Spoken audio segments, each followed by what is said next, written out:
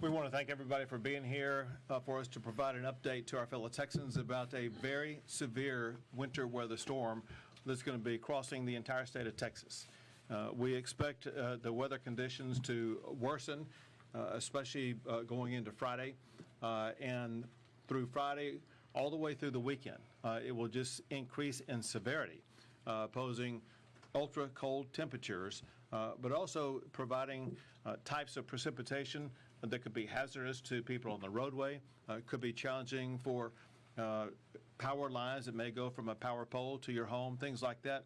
We want to cover all those topics and let Texans know what's going on. However, because of the severity of this storm, right now I am making a disaster declaration covering 134 counties across the state of Texas to make sure that every possible resource can be made available to them so they can respond quicker, faster, and better.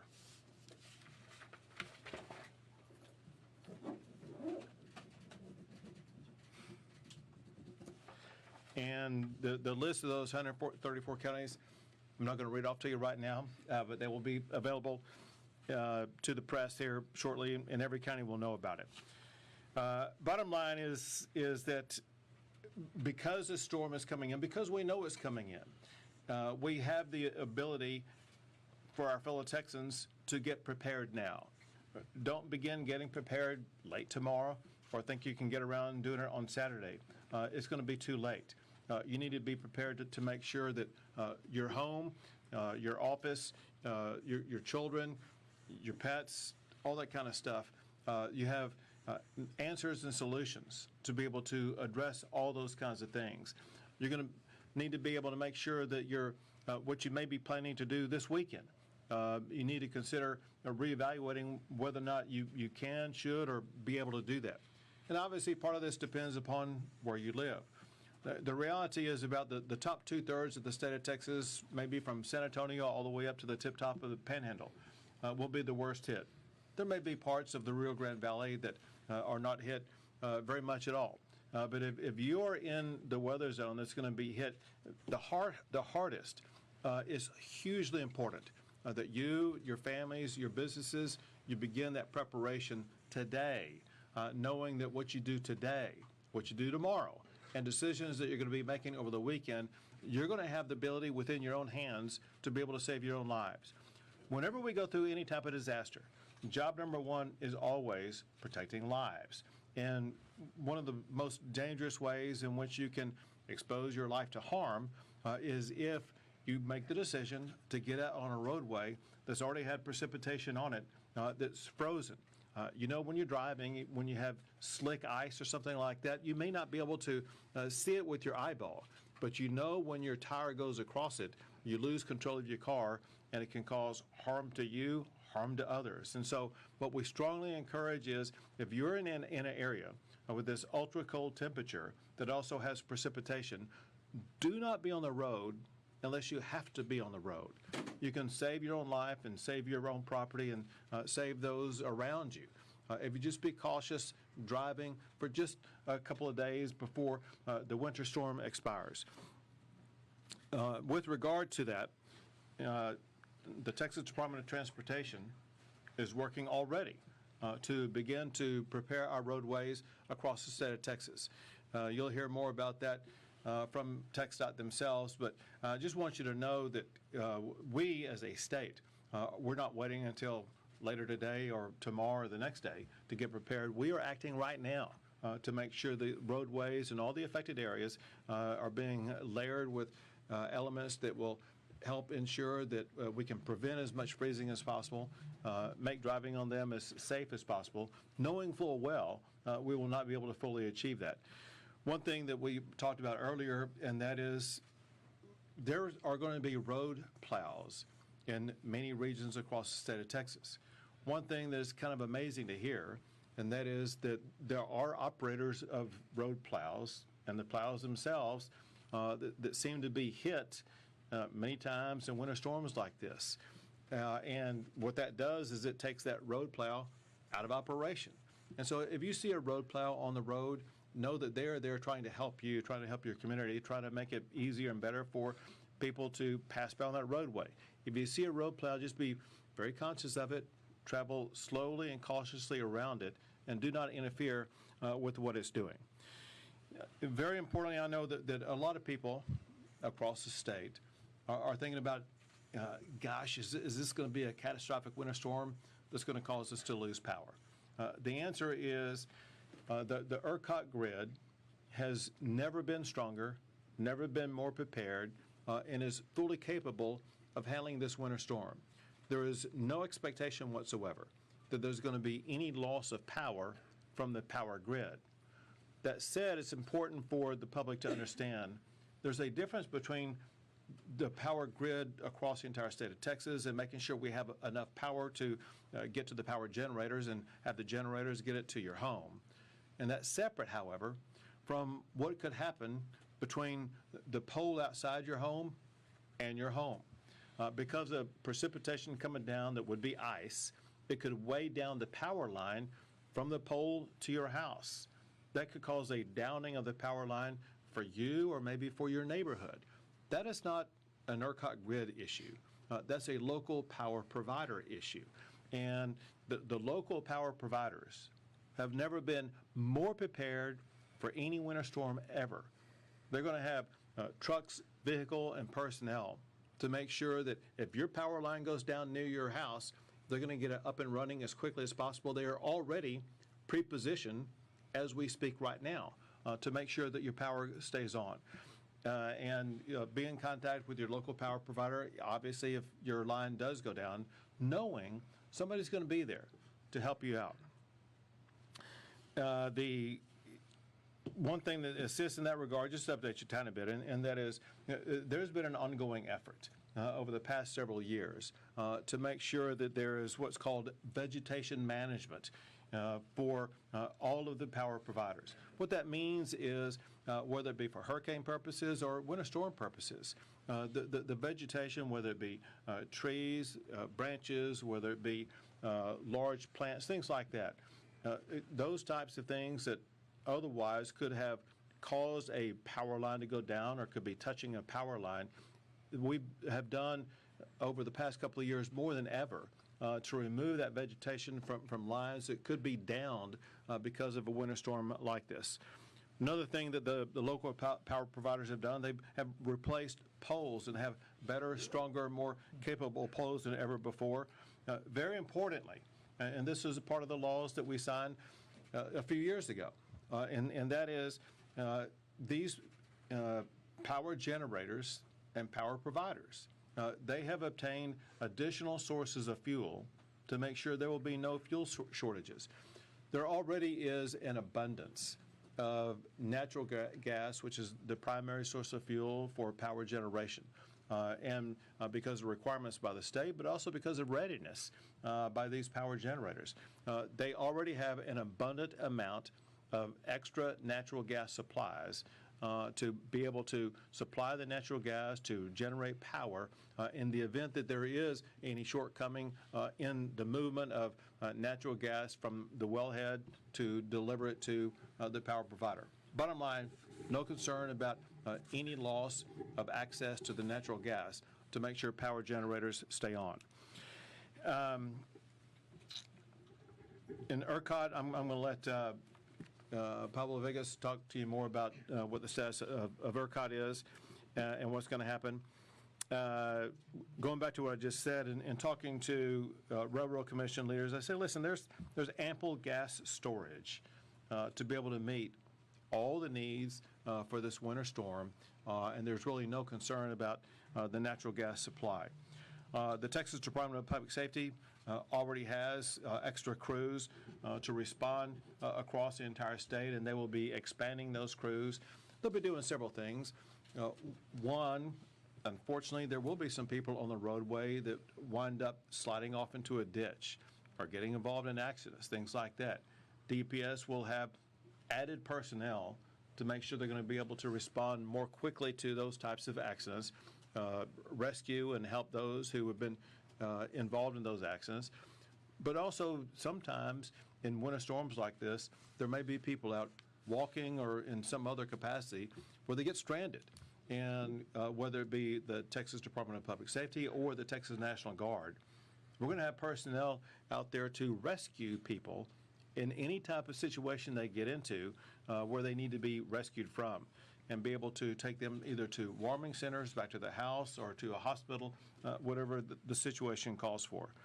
And in that regard, also, the National Guard is deployed in key areas across the state, especially focused on both the stranded motorists, but also on delivering water and food to those who need it.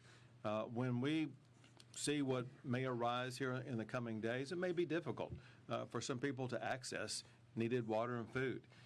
For situations like that, the National Guard will be assisting, and as Chief Kidd will talk more about, listen, we're going to have warming centers across the entire state of Texas that can help with regard to water, food, resources, even the ability to stay in a warming center for a day or two as we make our way through this storm. We have an outstanding team that is already prepared, already responding to make sure that even though we're going to go through a harsh winter storm, we're going to make it through this process. And the goal is to make it through with no life lost. Next, I want to pass it off to Mark Williams of the Texas Department of Transportation.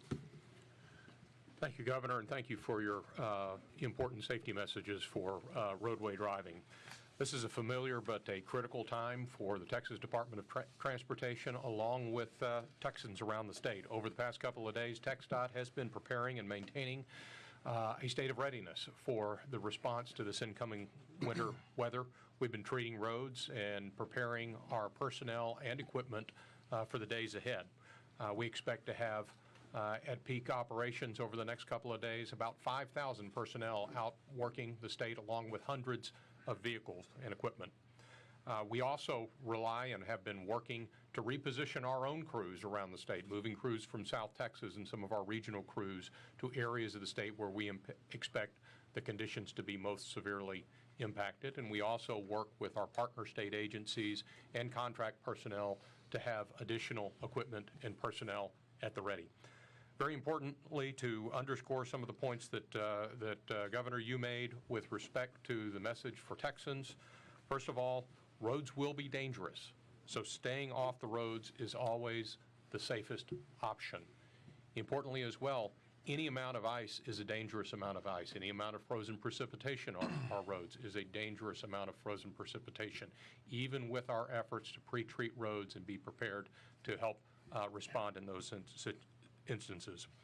We encourage drivers to know before you go. Be aware of what the travel conditions are going to be like, especially if you might be traveling out of your local area. If you have to travel, you might be changing, as we've talked about, the weather conditions across the state are going to change dramatically, so know before you go. DriveTexas.org is a great spot, great site that we maintain where we post road conditions. If travel is necessary, drivers should expect dangerous conditions. We ask drivers to slow down, increase following distance, brake slowly. Very importantly, because of the ice, to be aware of falling limbs, downed limbs, and power lines. You need to stay away from those power lines. Very important. Emergency preparedness. If you're going to be out on the road because the road conditions are dangerous, vehicles should be stocked with fuel, food, water, and blankets in case of long delays due to road closures. Travel can be disrupted, and so motorists need to be prepared for that. And very importantly, again, to underscore a point that Governor Abbott made, is to be aware of our crews that are going to be out on the road, along with crews with our partner agencies and local city and county road departments as well. They're going to all be out responding and trying to do our best to keep these roads safe. We like to get a message out called "Don't Crowd the Plow." Give our crews and the other crews as much distance as possible to help them be safe and help them keep you safe. Thank you, Governor. Thank you very much. Now the Chair of the Public Utilities Commission, Thomas Gleason. Thank you, Governor Abbott. As the Governor said, we anticipate that the grid is positioned to perform extremely well during these winter weather conditions because of the historic investments made, in large part because of legislation passed by the Texas legislature since 2021 and bills signed into law by Governor Abbott.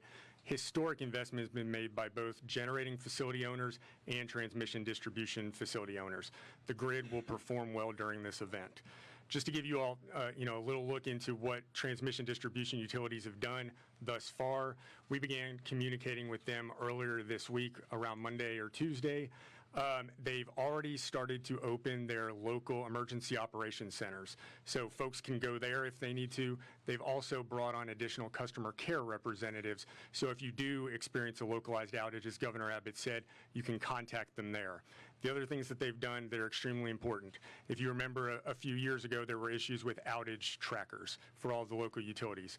They have updated all those outage trackers, and the PUC has confirmed that all of them are up and running as we speak. And finally, when you think about the big impact of this storm, you're looking at ice and wind, and so that impacts lines and trees. As the governor said, the investment in vegetation management over the last 5 years has been historic. If you look at the map right now, the Dallas-Fort Worth area seems to be impacted the most in the ERCOT region. I spoke to Oncor yesterday. Because of a law passed in 2023, House Bill 2555, that was authored by Representative Metcalf and sponsored in the Senate by Senator Schwartner, signed into law in June of 2023, Oncor has done vegetation management on an additional 8,000 line miles above and beyond what they would have done absent that law, and replaced almost 20,000 additional distribution poles. So that's just a really good example of the historic investment that's been made because of the action taken by the state. From the generation facility owners, they've done what you would expect them to do. The major thing that they've done is ensure that they have adequate fuel supply. As the governor said, we have a historic amount of gas in our system. There will be adequate gas supply to fuel all of our gas units. We have no concern about gas availability during this event. Additionally, they've put crews throughout the state to ensure if there is any type of freezing that it can be addressed very quickly and responded to. I have no concerns at this point about any issues with our generation fleet. As the governor said, if there are outages, they will be localized. If you need to contact your local utility because you have a localized outage, or if you encounter a down power line, which we would advise never to touch, please go to the PUC Storm Resource page that can be found at puc.texas.gov/storm. That's puc.texas.gov/storm. There you can find all of your local utility contacts as well as an abundance of additional information to help you weather this storm. Thank you, Governor. Thank you. Now the head of ERCOT, Pablo Vegas. Thank you, Governor. So we've been preparing for this storm over the last couple of days as well. Starting a couple days ago, we published an operating condition notice that essentially put the power generators and the transmission operators on notice that outages need to be brought in so that we could have all of the capacity available over this weekend, and all of the transmission facilities would be ready to serve power over the weekend. At this time, we are not anticipating any reliability concerns on the statewide electric grid as a result of this weather event. I'd like to highlight a few of the key improvements that have been made over the last few years since Winter Storm Uri that have been incredibly impactful in helping the state weather through events like these when we've had these over the last few years. We have been doing weatherization program inspections over the last few years, more than 4,000 inspections of power generating facilities and transmission facilities. We actually get people out on the ground at those sites and take a look at the weatherization to make sure that they can withstand the extreme cold weather that comes with a weekend like what we're going to see. We actually just put in place this last December a new system called real-time co-optimization plus batteries. This helps us optimize the resources on the grid in real time, moving them between reserves and active energy resources more efficiently and better leveraging the capacity and visibility of how batteries can perform to help support the grid. We also have increased reserve margins that we hold during events like this so that we can call on those backup supplies should we need them. There's more than 30 power generating facilities that have fuel stored on site. If there were to be an interruption of the gas supply, more than 30 power gen facilities can draw on that on-site fuel to keep operating during an event like this. So we're coordinating very closely across the state with all partners, including the Texas Energy Reliability Council. That brings together the gas industry, the electric industry, the Texas Division of Emergency Management, the Public Utility Commission, and we coordinate days in advance of an event like this, making sure that the key supply chains, the access, the critical facilities are known, and we know if there's going to be any risks or issues on the grid, and are ready to deal with those before they become a problem. And I also want to emphasize something that the governor and Thomas both said, which is if there are outages, they're likely to be local because of the ice that is going to be coming in through this event. If you see power lines, stay away from them. If you have outages in your home or your business, reach out to your local utility. They're going to be the best position to be able to manage the repairs and restore restore power quickly. And we will also be publishing information on our website as well. If you go to ERCOT.com, you can get access to dashboards that will show you what is powering the grid and what the conditions are. And then ERCOT.com/Texans, TXANS, will also provide any emergency information about conditions on the grid. Thank you. Back to you, Thank you very Governor. much. And now the Chief of the Texas Division of Emergency Management, NIMKIT. Thank you, Governor. Over the last several days, at the Governor's direction, 15 key state agencies have amassed more than 3,700 employees to focus on this event. They're operating over 2,100 pieces of equipment. And as you heard, more personnel and more equipment will be added as the situation rises. We will maintain 24-hour operations, working around the clock to make sure our local partners and Texans have what they need. This is where I need your help in the working media to help us remind people to protect people, pets, pipes, and plants. I spent a little bit of time yesterday making sure my property was ready. And in the stores that I was in, people were out there taking advantage of the warm weather to get ready for the cold weather. So help us get that message out as well. We want to look, if you have to look for a way to stay warm, if you don't have heat at your house, our local partners have already assigned more than 280 warming shelters across the state. We'll have that list on our website. We ask you to share that as well. Those will open and close, dictated by the locals as needs come. Our state agencies have already prepackaged food, water, cots, and blankets on our military vehicles and with DPS to be able to support stranded motorists and to help support any of these warming centers. And this is really important. People are going to try to use space heaters to stay warm. And I promise you, somebody across Texas is going to put something flammable right up next to their space heater, and it's going to cause a fire. Help us get the message out about space heater safety. And the next is carbon monoxide poisoning. People will start generators. They will try to run their gas-operated appliances to keep warm. We need your help getting that message out to them. You can help us save lives by being aware of carbon monoxide poisoning and not putting things too close to your space heaters. We want all of our families to have a plan, to have a kit, and be ready to go. Governor, your 134 disaster counties in the disaster declaration, we're ready to support them. We will have damage assessment teams ready to go. And listen, we know people are going to get out and try to drive on these roads once they get icy. We all know that. There's a high likelihood somebody's going to slide into a power pole and take a line down. You need to be ready at your home in order to stay warm and have a family communication plan. Governor, we're ready. Thank you very much. We're open for questions. I wanted to ask a little bit about the North Texas roads, given that's where a lot of the storm is supposed to hit. Can y'all tell me a little bit about what has done to repair, like the highways, like the public highways, as well as the toll roads up in the DFW area, and kind of any kind of collaboration there to make sure these highways are clear? Absolutely. So thank you for that question. The DFW area has been a very significant area of focus for not only the Texas Department of Transportation, but also all of the local agencies and some of the toll road operators that also maintain roadways. So very importantly, we coordinate within those agencies and collaborate on the process for treating those roads. We have been out pre-treating those roadways. We use a brine solution, which is a mix of salt and water that we put down in advance, and it can stay on the roads. And then when the ice begins to form or to fall or snow, it helps to speed up that melting process. It does not, very importantly, keep all of the ice off the roads. It is something that helps to, it's a preventative measure, but not a prohibitive measure. For a lot of the roads in the DFW area, especially some of the toll roads or some of the contraflow lanes, one of the things that we often do and anticipate doing is we will shut those down during these events because, quite frankly, without as many people being on the roads, those aren't as needed. In addition, thanks to some of the legislation that was passed, we've also implemented variable message and variable speed limits on many of those roads. And so we encourage motorists where we do have variable speed limits to pay attention to those speed limits and to adjust their speeds accordingly. There are thousands of Texans residents who are unhoused. Is there any plan to send state resources into cities to get those people into the warmth this weekend?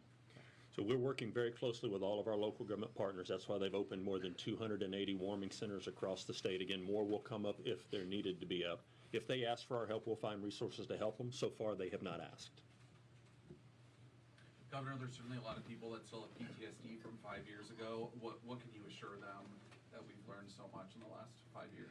Public Vegas did a great job of articulating many of the changes that have taken place.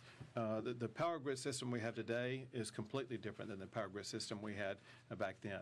One thing he didn't mention that I'll add, and that is just the amount of power added to the power grid is more than 40,000 megawatts more. And so we have abundant power. The reliability of it has never been better. And the array of additional resources, the easy example, and that is when Winter Storm Uri hit, there's reliance on one source of power. And when that one source of power became unavailable, that was a problem. We passed laws making sure that they have two sources of power. In case your first source of power is unavailable, you're going to have backup power. There's a long list of things that have changed. I'll add this, and that is this is a severe winter storm that will impact most of the state of Texas. The severity of it is not quite as great, and the size of it is not quite as great as Winter Storm Uri. That said, people would be making a mistake if they don't take it serious.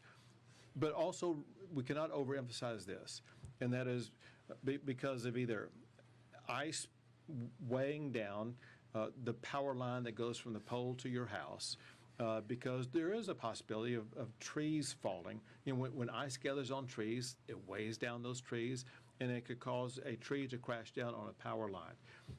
We should anticipate some local isolated power outages because of damage to trees, damage to power lines. That's not a grid situation. We feel very confident that for the entire grid, there's going to be abundant power available throughout this entire winter storm. Since we're expecting several different kinds of precipitation across the state, does that present a challenge in terms of figuring out where to deploy resources? What it does, it informs us about using different strategies in different locations. As you point out, there's going to be snow in some regions, there's going to be sleet in a lot of regions, and then there's going to be some regions that are very cold but don't get precipitation. And so we have the flexibility to respond to each type of situation to make sure that the local either residents or officials in those areas are going to have exactly what they need. Time for 2 more questions, folks. Mr. Vegas, I know that ERCOT models and previous more reports show that under Uri-like conditions, demand could surpass about 96,000 megawatts. I know that that's a pretty low chance in general. Can you talk about, kind of just what we're seeing and how much demand you're kind of expecting, how likely that is with this weekend storm? It's not very likely with this weekend storm. As the governor pointed out, this is a different type of a weather event than Winter Storm Uri.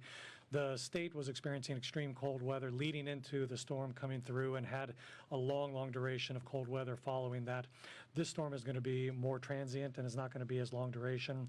We're forecasting highs in terms of peak demand in the low 80,000 range for the electric grid. We have well over 90,000 megawatts of capacity expected to be able to serve that demand throughout the weekend. So we're not anticipating any shortfalls in power, and it's a very different type of storm than what we experienced 5 years ago when Uri came through. Go for it. Yeah, I had another DFW-specific question along with on energy. You mentioned earlier that DFW seems to be the most affected in the ERCOT region.